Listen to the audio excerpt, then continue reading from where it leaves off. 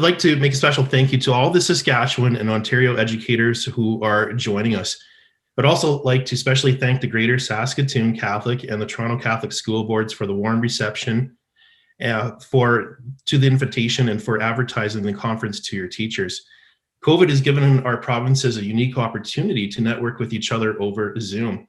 In 2019, one of our conference survey questions asked for suggested names of future conference speakers, and Dr. Moody was suggested several times.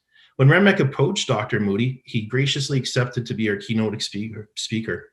Our director, Mark, made the arrangements for the conference to be held in October of 2020 in Banff National Park.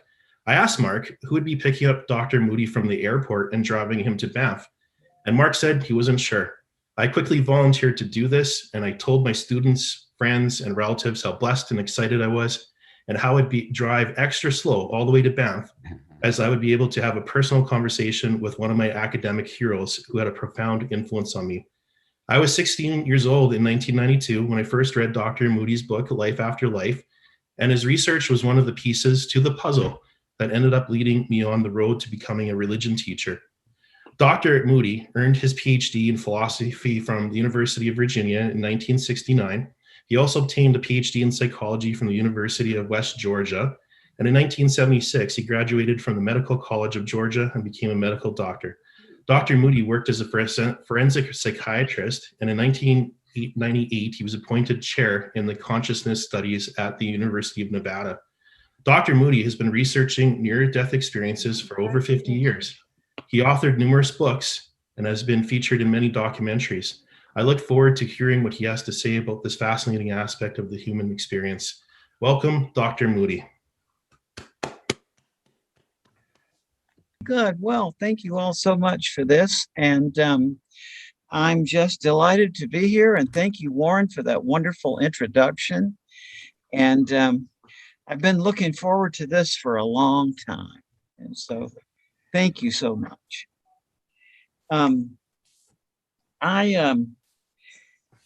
In thinking about what to bring to you tonight,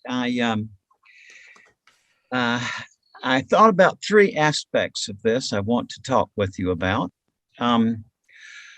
One, how I got interested in this, because people always want to know, like, what led me to this field of research.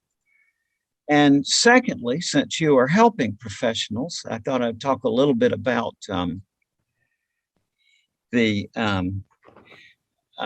what to say to people, how you interact with people who've had a near-death experience, because this is, it's many people, they want to talk about this, and it's nice to know how to talk about them, because in your counseling situation, you might well meet up with someone who's had such an experience. And then the third thing, I'd like to talk a little bit about the question of life after death and how they might relate to these near-death experiences. And I want to talk about this as a philosophical question. I want to say at the very beginning that I don't think that the question of life after death and 2021 it's not yet a scientific question. This is still a philosophical question because we don't know exactly how to go about answering it. So in terms of how I got interested in this, I should say that I was did not come from a religious family. My dad was a military officer and a surgeon who was in the Pacific Theater as a medic in World War II. And I gather in retrospect that he came back from that kind of soured on religion. And so I just didn't grow up with those interests. My interest was astronomy. So I went to the University of Virginia at age 18, intent on becoming an astronomy major. But immediately taking a philosophy course, got hooked and decided then and there to become a philosophy major. And the in reading the book, Plato's Republic, just within my first few days of college, Plato kind of immediately became my hero, and was just fascinated by this. And that reading Plato was the first it ever occurred to me that some people took the notion of an afterlife seriously. Up to that point, I thought that really it was entirely like Mark showed the cartoon of the heaven and so on. I thought that it was entirely in a cartoon notion. But the fact that Plato, who's still my hero, by the way, Plato is actually a superhero. He was, his name was not Plato, really, it was Aristocles, and he was a wrestler. Plato was his ring name, and it referred to his enormous size. And this is on till 10. Hello? Can you hear me? Yes, we can hear you, Dr. Moody. Oh, good. Okay. He won the gold medal in wrestling twice in the Isthmian Games, which is similar to the Olympic Games. And that's an interesting fact because in ancient Greek wrestling, it was okay to break your opponent's fingers. So this was a tough character who, as educators, we would look up to him as being the founder of the university system. All the subsequent universities were modeled on Plato's original academy there in Athens. So at the end of the Republic, there's this incredible story about a warrior who was believed dead and revived during his funeral. And so I was very impressed by that story, and I was fascinated by the fact that my hero Plato took this question seriously. So I asked Professor Hammond about this story, and he said, yeah, that these early Greek philosophers studied cases of people who had been believed dead but were revived and told these stories about visiting another world. And Professor Hammond said that some of the philosophers took these things seriously as indicators of an afterlife, as Plato did, but that other philosophers were dubious. And for example, Democritus, who had figured out just from reasoning it out that contrary to the appearance we're all having now of solidity, solid things, that what we perceive as solid things had to be made up of tiny little bits that were too small to be seen, which he called atoms. And from that perspective, in his writings about these experiences, Democritus said there's no such thing as a moment of death. And he said that these experiences are just the result of residual biological activity in the body. Now, at age 18, it never occurred to me that these things might be relevant to the modern world. I was assuming it was an ancient Greek concept.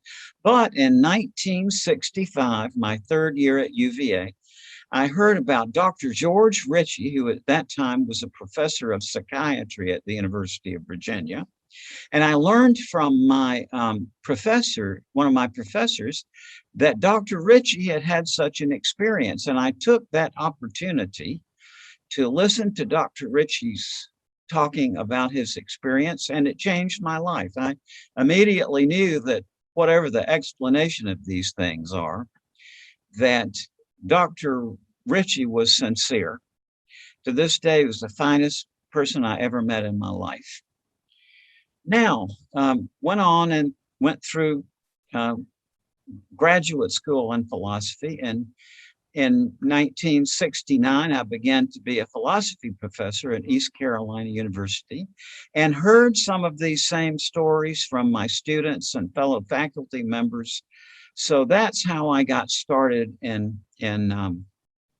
interviewing these people, and by now have interviewed literally thousands of people from all over the world who went to the brink of death and who came back with incredible accounts of what they experienced. A little bit about this notion that you hear that, oh, this is oxygen deprivation to the brain. Well, I never took that seriously for two reasons. Number one, philosophically, there's a philosophical theory known as epiphenomenalism, which is the notion that there's no independent reality to consciousness, but that what we experience as consciousness is just a secondary byproduct or an illusionary offshoot of what they regard as the primary reality, which is the substance of the brain. But I had sort of realized when I was a very young kid that consciousness is first. I mean, I can know that I'm conscious, but the idea of an external physical world, that's entirely inferential. We infer that from recurrent patterns in our experience.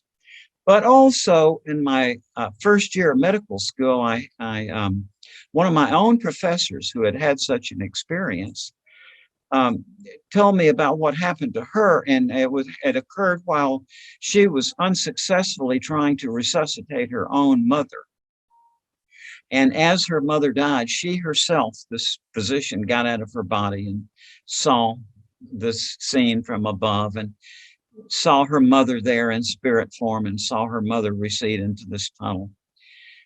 So immediately I knew that this can't be oxygen deprivation to the brain, because subsequent to that, I've talked with hundreds of people who have this same experience, but not in connection with almost dying themselves, but it's that they happen to be there at the time when someone else passes away.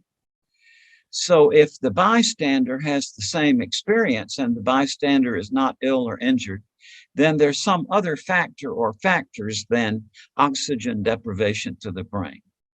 So what is it that people tell us when they come back from death? Well, pretty much all over the world. And I have literally I've been China and Japan and India and all over Europe and North and South America, Australia. Everywhere I go, people tell me the same thing, and that is that when their heart stops beating, they often hear the doctor or nurse or somebody else present say, oh my gosh, we've lost him, or she's dead, or whatever. And in this connection, a lot of people say the same thing to me. I've heard this remark from a lot of people in slightly different wordings, but people say something like, I have never been so alive as when I heard that doctor say I was dead. Because from the point of view of the patient, people say they leave their bodies, they look down below, and they can see the resuscitation scene going on. They tell us that they can actually understand what the doctors and nurses are saying, but not from the point of view of an auditory sensation. They say they immediately can pick up on the thoughts of the doctors and nurses who are working on them. So very often they quickly lose interest in this scene of the body, and they enter into a state of consciousness then that no matter how articulate they may be, no matter how many languages they speak, no matter how well educated they are, they tell us that I just can't describe it to you. This is beyond the power of words to describe. That is the phenomenon that William James, the psychologist, called ineffability, or people say that they just can't describe the experience. But they have to put it into some words to convey it. So the wording is very similar. They say that they feel that they go through a passageway of some sort, which very often they compare to a tunnel. And they come out at the other end of that tunnel into an incredibly brilliant and bright and warm and comforting and loving light. People say things like, I have to say light, but you could just as easily say love. That the distinction between love and light kind of fades away then, and they find themselves in this complete, comforting light of peace and compassion. And in that light, people often tell us that friends or relatives who have died and already passed away are there in that light as a sort of greeting committee almost. People say that you see people who've passed away, and that they say this is very difficult to describe, that you don't see a physical body there, but it's still a form. And you recognize these people not so much from their physical appearance, because there is none, but rather from the thoughts and feelings that transpire. Now, then another thing that happens at this point, and the way people describe it is they say that everything else kind of disappears, and they find themselves surrounded by a holographic panorama, for want of a better term. People say that time stands still. There is no more time. And they find themselves in this panorama in which they can see every single event that they have ever done in their lives. And yet, they don't see it from the perspective they had when they did each action. Rather, they say they are embedded in the consciousness of the people with whom they've interacted. And so if they see themselves doing an unkind action to someone, then they receive directly the feelings of hurt and pain that they brought about in that person's life. Or conversely, if they see themselves doing a kind-hearted or loving action to someone else, then they feel the good feelings that they brought about. Now, most commonly, this whole review is in connection with a being of complete compassion and love, which Christians tend to identify as Christ. Jews say God or an angel. But whatever the identification put on it, they say that this being can see everything they've ever done and yet loves them completely. Now, I want to pause at this point to say, we're going to talk about later how it's very difficult to draw a rational conclusion from these near-death experiences that there is an afterlife. But one thing that I can say that we can draw as a sound logical conclusion from these life reviews is itself rather phenomenal if you think about it. And you don't have to think about the prospect of an afterlife. But what it does follow logically from this timeless panoramic review of our lives is that at least for some of us, life is a two-phase process.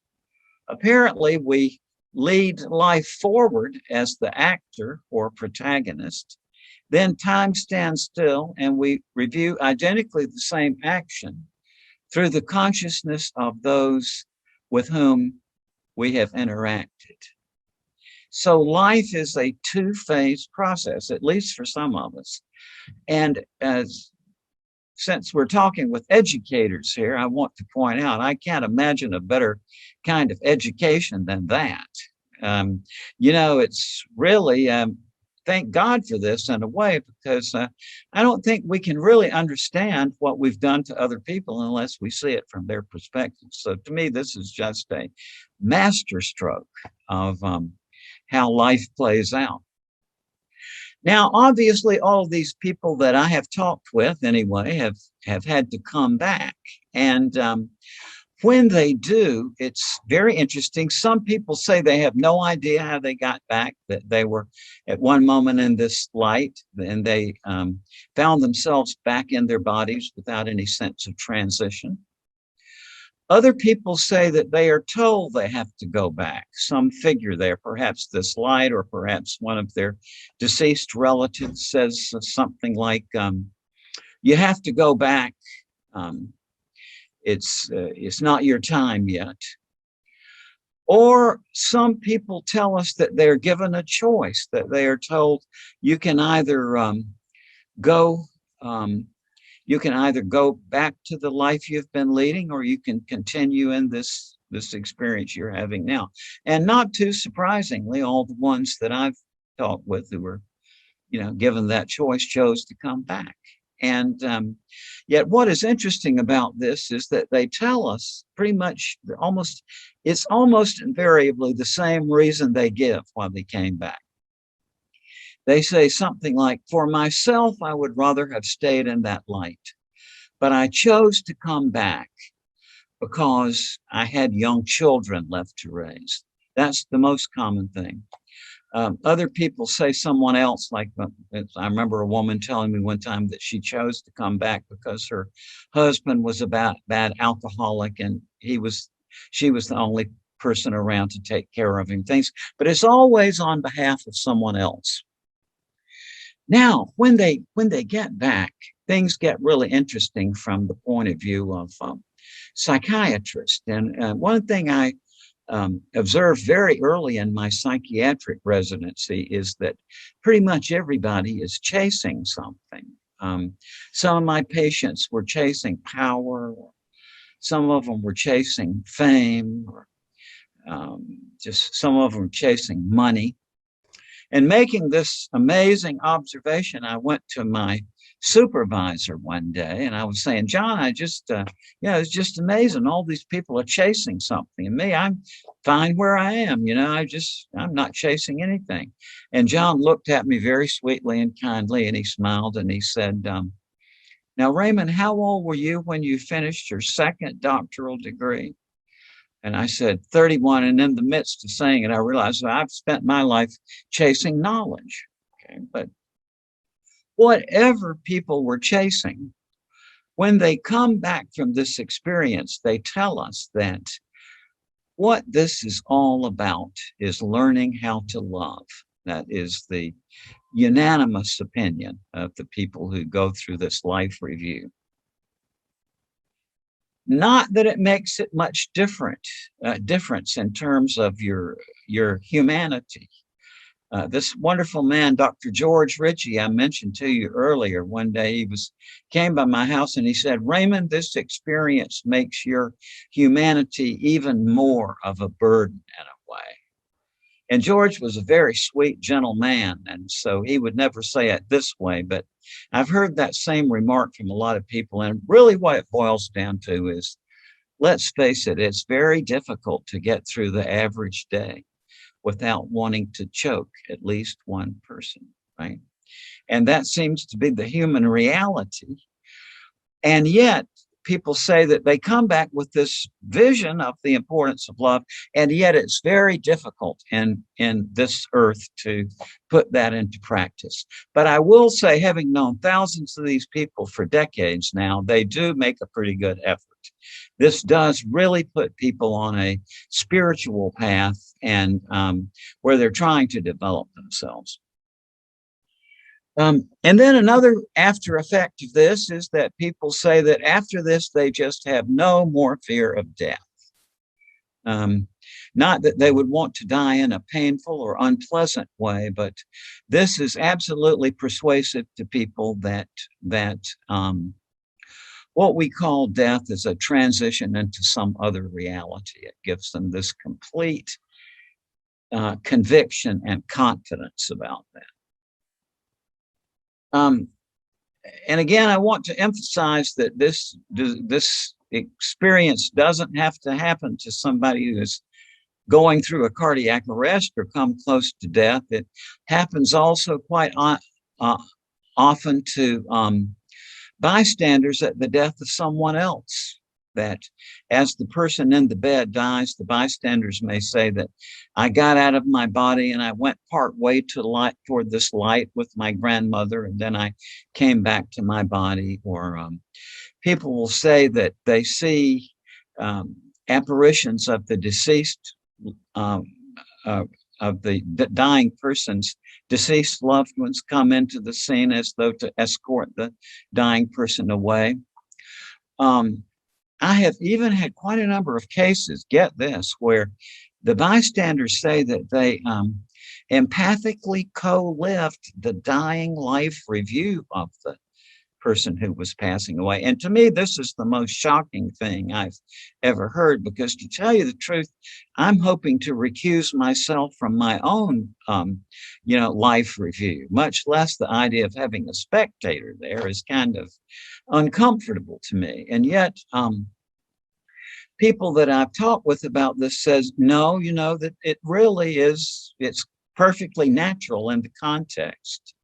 I mean, I guess we all realize at some point that everybody has pretty much the same secrets, really. So it's not that shocking in the reality. I did suspect, though, for a long time that this had to be only the people you knew very well or had a loving relationship with, that this would happen. But no, some years back, my wife and I got a communication from a physician who was called to the emergency room to resuscitate a patient. He had never laid eyes on this patient.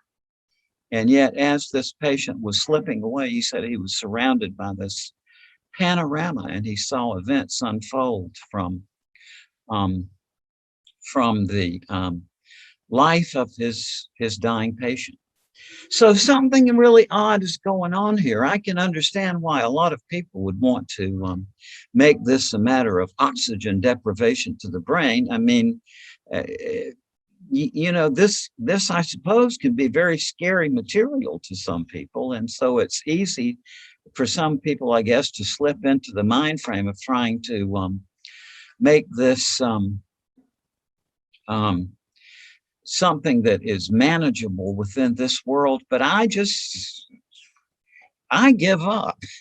I mean, I wouldn't try to convince anybody else of life after death, but I will just be honest with you that after confronting this for many years and just not knowing what to think, I knew it wasn't oxygen deprivation to the brain, but I just didn't know what it was. But just in the past few years, I've just been squeezed into this position where I give up. By the way, I am a skeptic in the actual sense.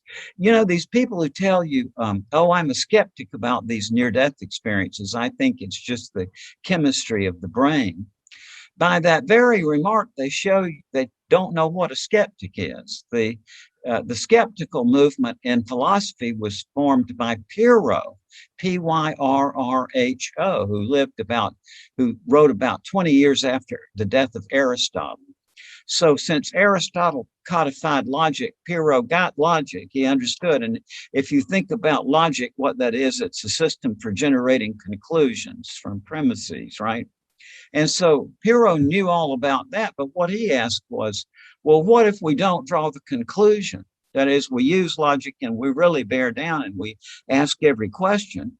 But in the end, we withhold the conclusion. And it was a spiritual practice because, number one, it is quite mind-bending. I've sort of done this all my life, and eventually it opens up your mind in an interesting way. But also, if you think about it geometrically, and everybody is running in this direction to get to the conclusion, but your technique is to avoid a conclusion that opens up your peripheral vision, right? You see side pathways of inquiry that everybody else had missed because they were rushing to the conclusion. But and so I can't draw a logical conclusion, but I just give up. I don't know what else to say.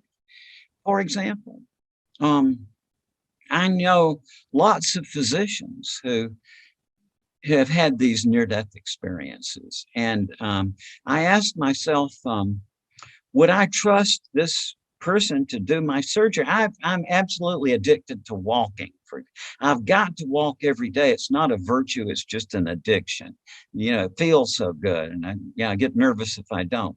And so I asked myself, if heaven forbid something happened to my foot, would I consult my friend, Dr. Anthony Chicoria, who is a professor of orthopedic surgery at NYU, and also a PhD in physiology. And in 1996, I think it was, Tony was struck in the head by a bolt of lightning. And it was at a family reunion. And he went all around and he saw his relatives at different places at this center, and was able to describe exactly what they were going through. Tony had never been interested at all in the piano, but he suddenly got interested in the piano. And so he kept having this recurrent dream in which he was playing a piece on a piano on the stage. So he learned how to transcribe that music and transcribe music, and he transcribed that piece. And now, in addition to being a famed orthopedic surgeon, he's a concert pianist. I mean, now I asked myself, would I go to Tony if I hurt my foot? Absolutely, yes. I could just go on in many stories like this, whose physician, whose medical judgment I trust, and yet they completely unanimously agree that what they saw was reality. So I give up. I don't know what else to say, except to my astonishment, I think there is an afterlife. Not trying to convince anybody else of that.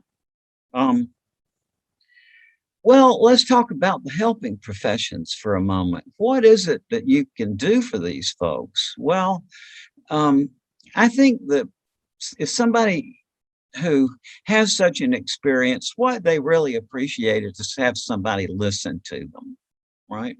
And because most people want to talk about things that happen to them like this. And so to give them a sympathetic ear and to reassure them that they're not alone.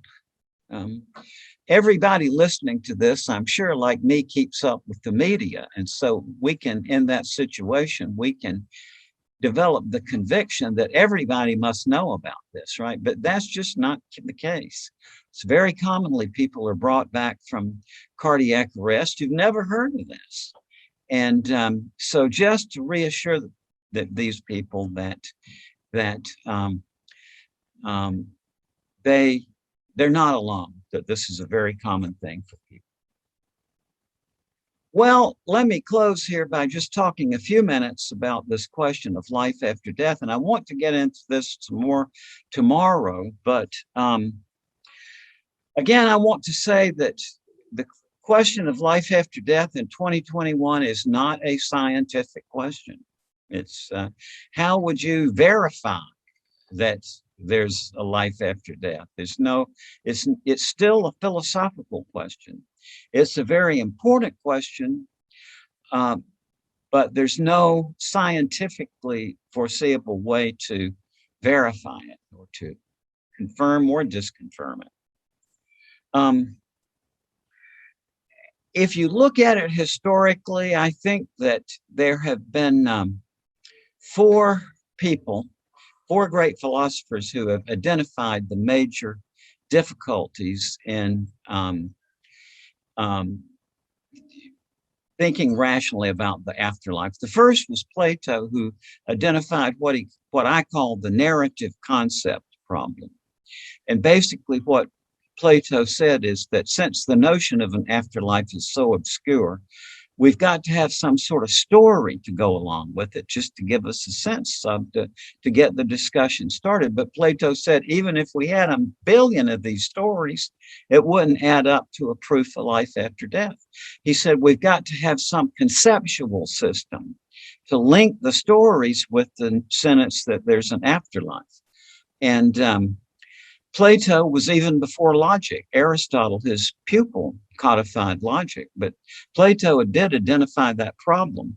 The great David Hume, 1711 to 1776, the archetype almost of a modern skeptic, identified, I think, the big problem here in terms of logic. He said, by the mere light of reason, it seems difficult to prove the immortality of the soul.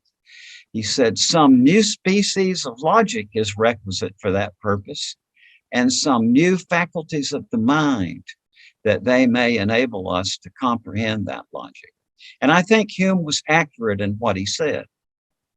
You know, Aristotle's logic has done us well for 2,300 years. I mean, it's just can't throw off casually the possibility of coming up with a new logical system. Plus, we think we know our minds pretty well, which we don't really. We all know that, but, you know, it seems we do.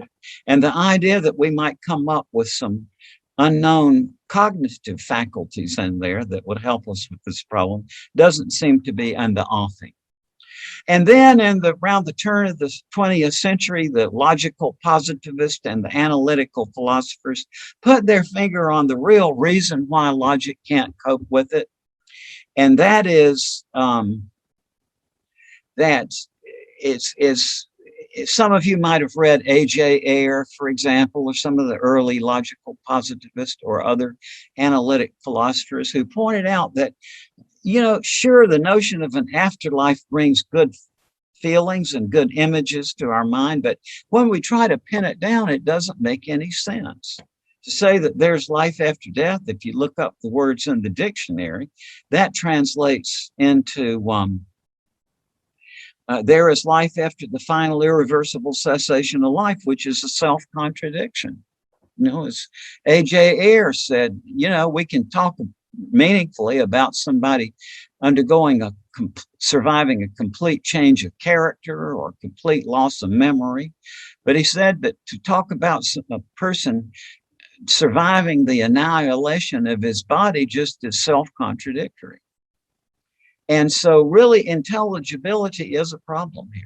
Now, I want to bring this to a close, except because I want to hear from you, but I do want to say one other thing, and that is that, and I say this in all modesty, and it's not trying to pat myself on the back or to start a new belief system, but I just want to make a claim, having an intelligent audience to talk with here, is that I think I've solved this problem. I think one of my specialties in philosophy was philosophy of language and logic, and I think I've solved Hume's problem.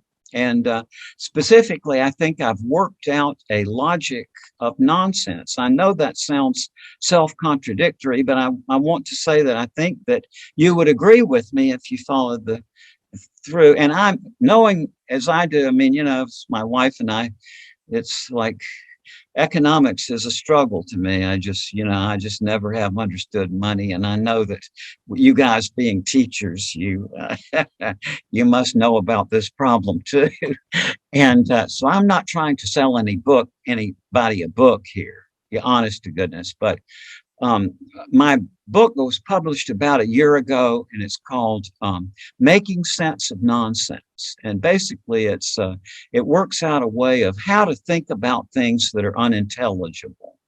And to make a long story short, I am convinced that if we prepare our minds ahead of time with a logic of how to think about unintelligible things, then subsequently, if we have a near-death experience, then this will get around the ineffability problem, that it sinks into the mind in such a way that when you have a near-death experience, you can get your mind around it better.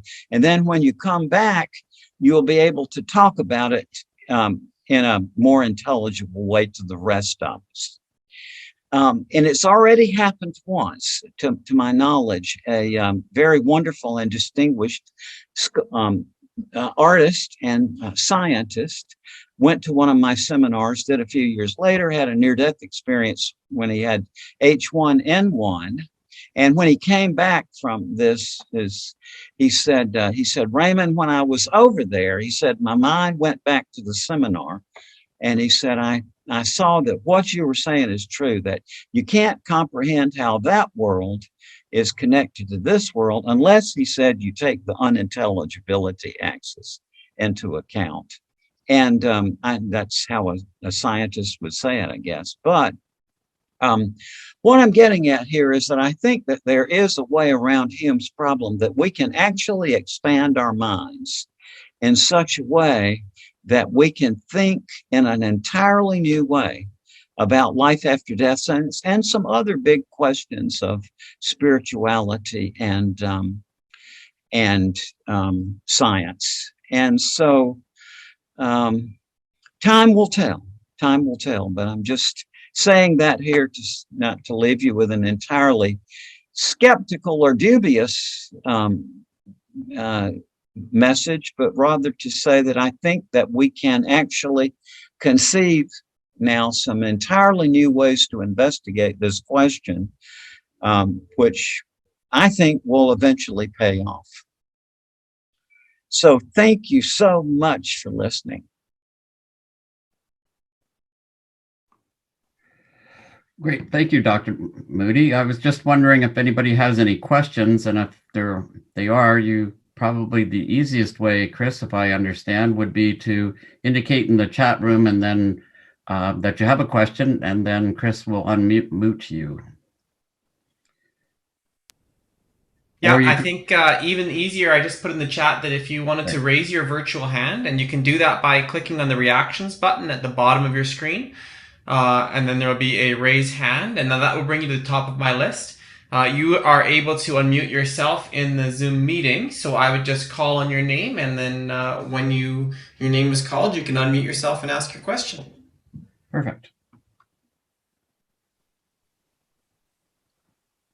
I have a question for Dr. Moody. Doctor, I'm just curious if you came across any experiences where people thought they were reincarnated, or if anything you in your studies lended itself in that direction of interpretation? Well, it's interesting that there have been a very few cases in which people who had a near-death experience saw something that indicated to them that they had had previous lives. And this is particularly remarkable because the first two of these I heard was when I was a medical student in Georgia, and both were Southern Baptists, which is and definitely not a religion which endorses that perspective. But I've heard subsequent people from other cultures as well who've said, yeah, that they think that, from what they experienced, they felt we do. It's interesting that there's a sort of folk belief in our culture that reincarnation is a import from the East, and that it was brought into Western culture from India back in the late 19th century. And that is just not correct. Both Pythagoras and Plato and other early Greek philosophers were reincarnationists. So this has been in Western culture for a long time. I have started to make a list here because there's people that are texting me as well. So Paul Rasperich, we could ask your question. Hi, Raymond. This is just the most amazing meeting that I get to meet you. I saw it in the staff room. I teach at a public school. I teach little kids, and it was during COVID, and I looked up, and there was your name, and I thought, what's going on here? So, your first two books, they really put me on the path of an artist, and I reread them, and I got to know Kenneth Ring quite well, and I've thought about this all the time. And I've been sitting here. I've been doing a painting of you. That's what I do. So I'm going to finish it up. But what I wanted to ask you, this is something I think about all the time. I think about the life review that's imminent for you and I and all of us, and I wonder, do you feel it's going to be? I feel it's going to be very cringy. Do you know what I mean by cringy? Like I'm going to cringe at. I do. Yeah. I'm not looking forward to it myself. And it's kind of like George Ritchie was implying, you know, I know all this stuff, and I've done much better, but I just, and I will say this, though. This whole thing about, you know, service to others, you know, it's like, you first hear that as an ideal, that the best, happiest life is service to others. And then it becomes an aspiration. Yeah. But then in reality, you just reach a point in life where it's a fact of experience. Yeah. I mean, I have learned, you know, just from life experience that there's nothing that's a happier life than serving other people. That just makes you happy. And so, but also, you know, it's like the understanding that comes through this being people meet, you know, I mean, it's just, I get that. And I do think that really there's nothing that can separate you from God. I really do think that. And so I have, in my own life, I didn't find God through religion, but I've had personal experiences of the presence of God and so on. So I am on board with that. And I just trust that God, you know, despite the fact that I don't think I'm going to enjoy my life review, that I think God is much more understanding than we imagine. And so that's my take on it. I do, another thing I've found as a psychiatrist, you know, there's not much you know really in psychiatry, but two things I do know. One, I know what normal is, and that's that normal is somebody you don't know very well. I think about it. And secondly, I have realized that a very simple formula, ego equals pain. You know, if you think about it, whenever your ego is involved, it's always some painful experience, right? And I am out of mind, but you know, that sounds itself like an egotistical statement to say, oh, I don't have any ego, which it would be if I had gotten that way through, you know, burning the incense and going up on the mountain and lying on the bed of nails and doing the chants. But no, that's not how I got to that position. The reason I finally got out of my ego was that I just pretty much almost killed myself with it. My particular ego trip was jealousy. And, you know, it seems so real when you're in it. But from my own experience, once you get out of it, you can look back and you say, well, that was just like a dream, right? It's just like very dreamlike. And what I've decided is one ego trip was enough, you know, so I think that has a lot to do with it. And that many people reach that just by life experience. They come to realize that it's just the plain fact of experience that what makes you happy is serving other people. I'm sure a lot of you teachers know that just from, you know, what is more fun than teaching, you know, really. I always felt kind of bad taking a salary because, you know, if I had $1 billion, I would build myself a big building and just pay people to come in and listen to me. Thank you, sir. The next question is coming from Gerard McClarney. Thank you very much for your talk, Dr. Moody. Well, Gerard, your volume is very low, so you may need to speak closer to a microphone or potentially select a different microphone on your computer. Okay. All right, maybe I'll try this. Can you hear me better now? No, not very well. If down on the bottom of your screen, you're going to see a microphone button. To the right of it, you'll see a little up arrow. If you click on that, at the top of the list, it's going to allow you to select a microphone, and there's probably going to be a list of different microphones you can choose from. So maybe try a different microphone if possible. And your headset microphone's backwards, Jared. Yeah, that's just for headphones. Okay, can you hear me better now? Yeah, much better. Okay, sorry. I don't know if that helps any much better. Can you hear it all? Yeah. Yeah, it's fabulous now. Yeah. Okay. All right. Sorry, I can't hear you. I got to change my headphones here. Okay. Sorry. Sorry for the confusion here. I had a quick question for you regarding verifiable data.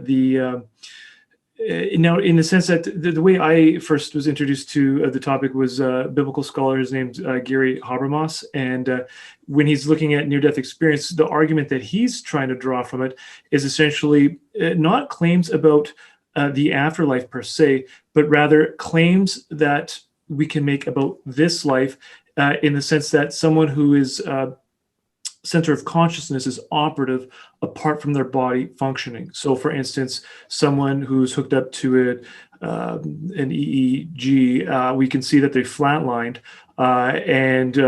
but they can still, they're outside their body. They can still claim, they can make verifiable observations about what's going on in the operating room, or they can relate conversations and so forth. And then they re-inhabit their bodies. And I thought it was largely convincing. So I was a little bit surprised when you said, maybe not surprised, but you wanted to bifurcate a little bit there, the distinction between the philosophical and scientific claims. I thought the line of argumentation he was making seemed fairly robust in that we could make some claims, minimally at least, about what's going on in this world, not the next, but this world. There you go. Those whose bodies are operative apart from their center of consciousness, or other way around. Yes, Gerard, and that is fascinating. And I've seen a lot of that, even in patients that I helped resuscitate over the years. And they are able to describe things that, they couldn't have known, as far as we can tell. I mean, I could list you a lot of cases like that. And you're right. It does center around this physical world, right? And so you couldn't make an inference about a transcendent realm of the afterlife from things that happen within this realm. But even with that, I have difficulties with it. I am not a parapsychologist, by the way. I think that parapsychology is a pseudoscience, and that's not a personal criticism. These are my dear friends that I love, and we have these conversations. But I think the fallacy of parapsychology is the idea that the whole notion of things they couldn't possibly have known, right? Like the people who study mediums say that what gives credence to the medium's utterances is that medium is to talk about things that the medium couldn't possibly have known, right? Well, if you think about that for a minute, let me give you an example. Okay. I just loved working in the ER as a psychiatrist, and I would sit there as long as the patient would talk and get the details down, because, there's a lot of voyeurism in psychiatry. I mean, it's like you could, I used to go to my office every day, and I can visit 15 different planets today if I want to, right? So the stories you get utterly hooked on. So I would sit there in the ER for as long as the patient would talk. Okay. But this one night I went down there, and it was 11 o'clock, and I looked at the check-in book, and I had 11 patients already in there. So my normal thing of sitting and listening went out the window. Okay. So first patient I went in, it was this couple in their 50s, and they were worried to death. It's just like, what's the problem? They brought in their 30-year-old son. Okay. And what's the problem? Well, he doesn't sleep at night. He hasn't slept for nights. He's working all night and sweeping the floor all night. Well, normally I would have sat there and I would have listened the whole story, but I had 10 other patients to see, right? So I said, well, look, has he ever had a psychotic breakdown before? They say, no. Well, 30 years old, that's old for schizophrenia, right? Which usually comes on in the 20s. Not so old for mania. Plus, he's working all night. So I said, well, has he been making lots of long distance phone calls? And the woman said, yes. And I said, well, what about spending a lot of money? Yes, he spent $5,000 last week. And well, what about, has he taken to wearing a lot of jewelry? Yes. And hypersexuality? Oh, yeah. And what about a big hat? Is he wearing a big hat? Yes. And about sort of midway through this, I realized that woman looked at me like she was thinking, well, he knows, he says things he couldn't possibly have known, right? But all I was doing was I was reading off the symptoms of a manic spell. And so what I'm getting at, Gerard, is that it's very hard for us to compute the idea of things that somebody couldn't possibly have known about us. We are set up to figure out what somebody could have known about us. See, it's like if something's wrong with the skin, you go to the dermatologist because you think the dermatologist knows about skin. Or if you got an ankle problem, you go to the orthopedic doctor because the orthopedic doctor knows about joints, right? The only people you go to because of things they couldn't possibly have known are psychics and mediums. So you see what I'm talking about? It's just really hard once you start thinking about this. And yet, now I'm not scoffing here because at the same time I see this, I mean, I've talked to patients that I was involved in the resuscitation who I just don't get it. How did they know that? So I give up. But as soon as you start thinking and bringing in this notion of things we couldn't possibly have known, you get into conceptual problems. I give up. I mean, I think about it all the time, but I don't have an answer. Thank you. Okay, that Thank helps you, clarify. Yeah. Thank you. Next, we have Warren has a question, I believe. Dr. Moody, can you comment a little bit about people that attempted suicides and crossed over and then came back, and what did they learn and what were their views like? Yes, I've had quite a number of patients who had near-death experiences. Good to see you, Warren. I know I missed our conversation on the car in, but maybe we'll do it another time. But I'm glad that we can talk this way. But a lot of people who've had near-death experiences in a connection with suicide attempt. And the gist of what they say is they would never do it again, right? Never attempt it again. Not because they felt it would be some sort of terrible hell, but rather they say that they gathered that what you'd have to do is just like with any other thing you do, that you would have to see that the sadness and hurt that unfolded in the lives of the people you left behind. Plus, a lot of people have made the comment that it's kind of like walking out in the middle of the movie, that as soon as they were over there, they thought, just a minute here, what would have happened next? And that there would have always been that kind of unfinished narrative to it. And also, there's another aspect of this, and then I don't know about you guys, but I bet a lot of you would be on agreement with this from your own people you know very well. And that of the adults that I know very well enough to make this assessment, all of them are committing suicide, right?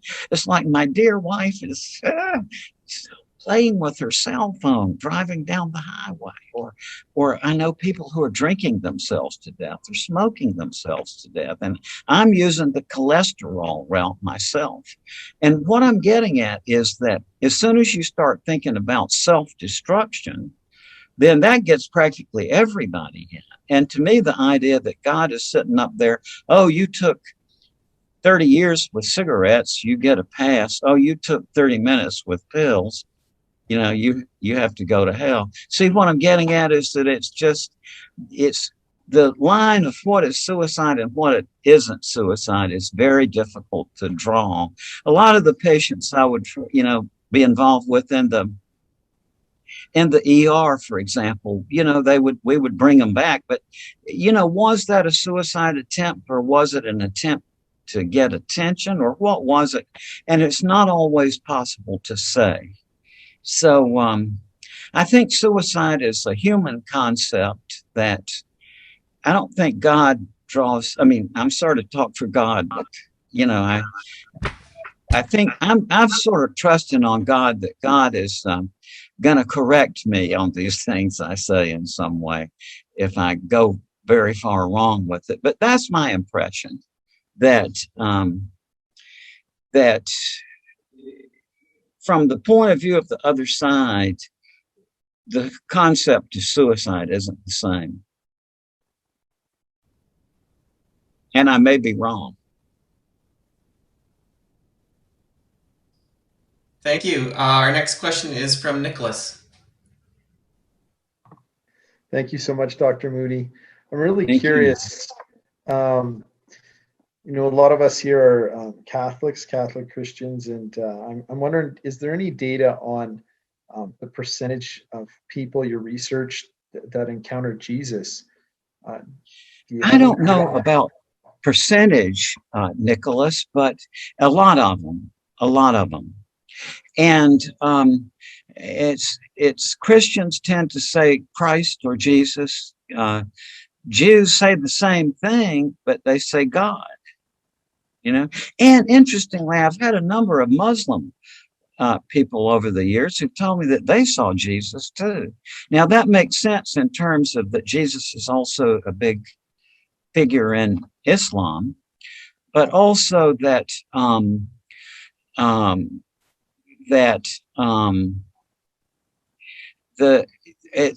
understand that there's a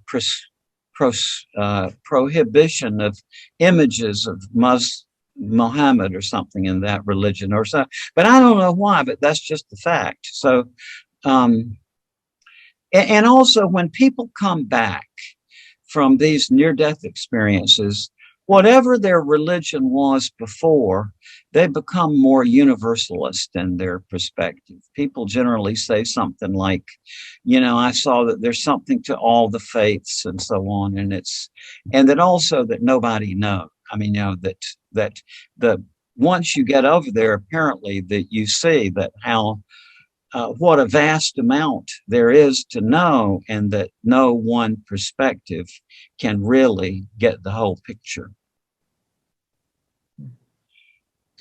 Thank you. And then we get plenty of people who have these near-death experiences who will say anyway that they had no religious background whatsoever. Mm-hmm. Very interesting. It is really, and you know, I continue to be fascinated by this. Sometimes people come up to me and they say, oh, you know, they start to tell me their story, and then they say, oh yeah, but I guess you would be bored by this. And I say, what? You know, it's like, yeah, I mean, it's like I've heard thousands of these and I can't wait to hear the next one. It's because everybody is a unique human being, and everybody, you know, tempers it in their own way. It's just like any other thing. It's like the personalities and the stories are always just fascinating. It was fascinating today. I'm a chaplain. I went into our chapel, and there was a boy in the corner sitting there, and I started chatting with him. And out of the blue, he started talking to me about his grandpa who had a near-death experience. And he was dead for a certain amount of time. And it was incredible to me because this boy, you know, 16, didn't know that tonight we're having a conference with you. And so that was fascinating. First time anyone's ever talked to me about a near-death experience, and it was today. That's right. Or maybe they did and you didn't pick up on it. It's just like I've had a number of doctors over the years who have told me that once they heard my lecture on this, then they remembered that patient they had, you know, 4 or 5 years ago, that they didn't put the connection together. But once it's drawn to your attention, then you tend to, and you just be amazed how many of these there are. I mean, I think one reason why my book took off like it did in 1975 was that by that time there were just so many people who had, because of the cardiopulmonary resuscitation technique, that anybody who just asked around among their own relatives and friends would be bound to find somebody who had been through that. So it's very, very common. Incredible. Well, thank you, Dr. Moody. Thank you. Thank you very much, Nicholas. Thank you. And the next question is coming from Elizabeth.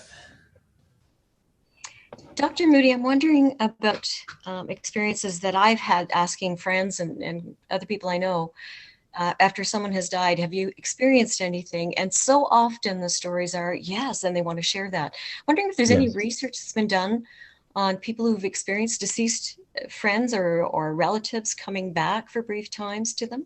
Oh, yes. This is just, I mean, I get just a vast amount of literature. And the British Medical Journal was the first one I read decades ago, where a GP just interviewed all the widows in his practice.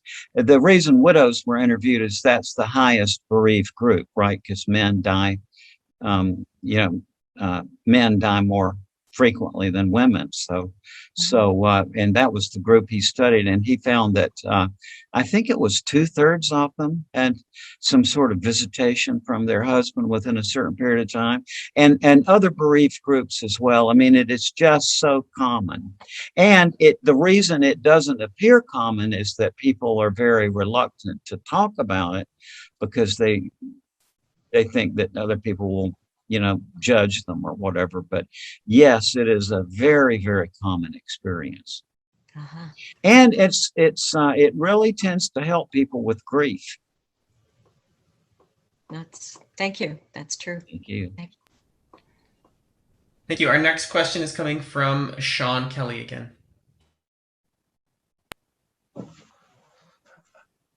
Dr. Moody, I was just curious, anytime people talk about NDEs, most often it's a glowing picture.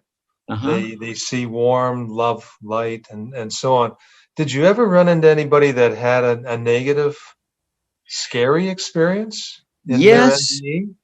Yes, Sean, I have. And as with other people who've investigated this have a similar experience that I do, is that they just appear very uncommon.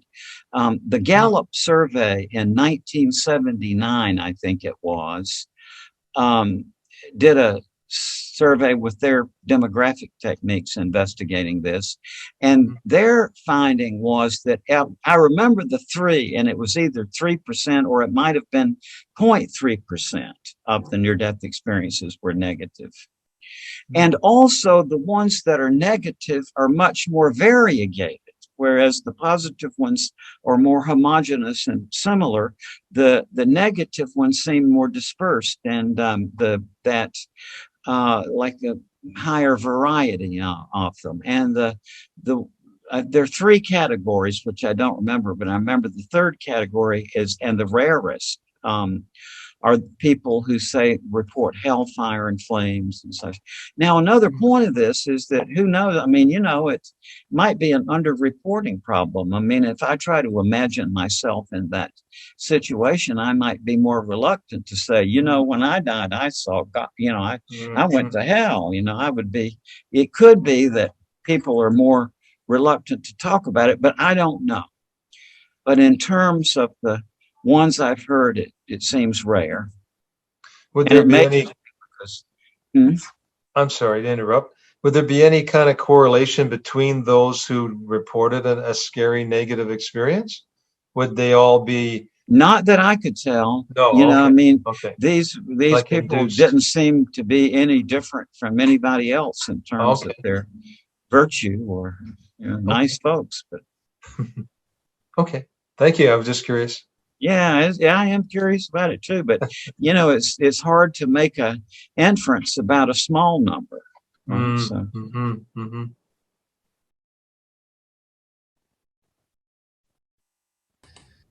And Mark, I am at the end of my speaker list right now.